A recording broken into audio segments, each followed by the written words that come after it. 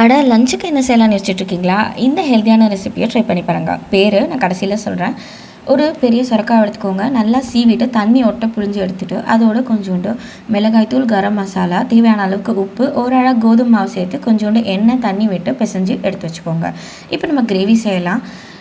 கொஞ்சோண்டு நெய், எண்ணெய் போட்டு ஷாஹி ஜீரா, பட்டை, லவங்கம், ஏலக்காய் எல்லாத்தையும் சேர்த்துட்டு வெட்டி வச்சுருக்க வெங்காயம், தக்காளி, 3 முந்திரி, மஞ்சத்தூள், மிளகாய்த்தூள், தேவையான அளவுக்கு உப்பு போட்டு வதக்கி அதை தனியாக எடுத்து வச்சு அரைச்சி எடுத்து வச்சுக்கோங்க.